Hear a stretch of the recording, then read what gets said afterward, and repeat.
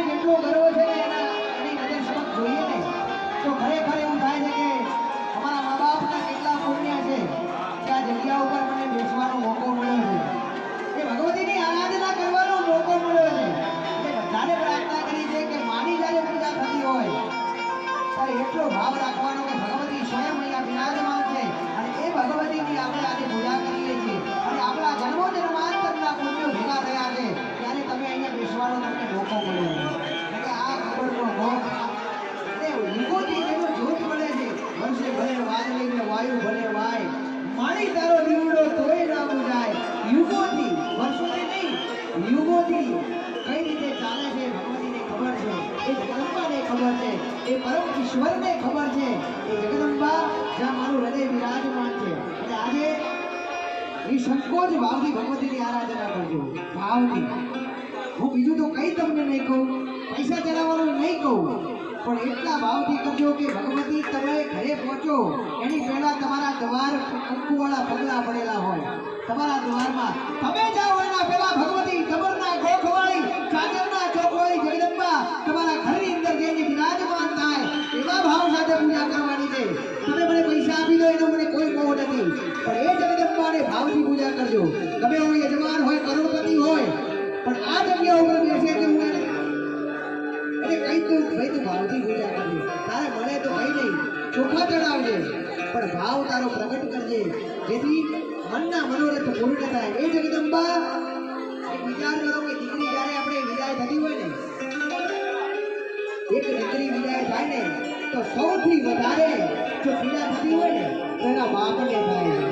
કેમ કે વિચાર કરો કે ગુલાબનો છોડ અને મોટો કરીને પારકા હાથોમાં આપવાનો છે. ઘરે જાઓ એટલે પપ્પા આવી જાય, છોકરો ના પૂછે તમારો, પણ એ દીકરી એ ભાવ એનો એક બાપ પ્રત્યેનો ભાવ છે કે પપ્પા તમે થાકીને આવ્યા છો, લો પાણી પીવો. એટલે આ સ્વયં જગદંબા છે. 9 વર્ષની કન્યા હંમેશા માટે બધાને વિનંતી કરું છું કે 1 થી 9 વર્ષની કન્યા છે સ્વયં જગદંબા છે. એ મારી માં અંબા છે, આ અંબા ડોસી છે, આ ડુંગરાવાળી ડોસી છે ને એ 9 વર્ષની કન્યામાં છે. તમે જીવનમાં કદાચ કોઈ કામ ન થતા હોય, બધા કામો અટકી ગયા હોય તો ખાલી 9 કન્યાનું ઘરે પૂજન કરી એમના ચરણ રજ લઈ અને ચરણામૃત લઈ અને મસ્તક ઉપર ચડાવજો, કોઈ પુરાવાની જરૂર નહીં પડે. એ જ દિવસે પુરાવાની જરૂર નહીં પડે. ભગવતી સ્વયં તમારો કેસ લડવા માટે વકીલ બની જશે, સ્વયં ભગવતી તમારા કેસ માટે કરી અને જજ બની જશે, સ્વયં ભગવતી તમારા કેસ માટે કરી અને માતા અને પિતા અને માતૃત્વનું સ્થાન તમને આપી દેશે. એ જગદંબા છે, એ ભગવતી છે કે જેના ખોળે આવો, મસ્તક મૂકો અને મા જો રાજી ના થાય ને તો યજ્ઞની નકામા છે. મા રાજી કરવી હોય ને તો ભાવ પ્રગટ કરવો પડે. આ પથ્થર છે ને એને કોમળ બનાવવું પડે. જે બાળકને આપણે કરીએ છીએ ને માલ, એવા માલ કરવા પડે. એટલે શાસ્ત્રીજીને નમ્ર વિનંતી ભગવતીના ભાવ સાથે પૂજા કરાવજો. ભલે આપણી જોડે વસ્તુ હોય કે ન હોય પણ ભાવ અવશ્ય પ્રગટ કરાવજો. જય શ્રી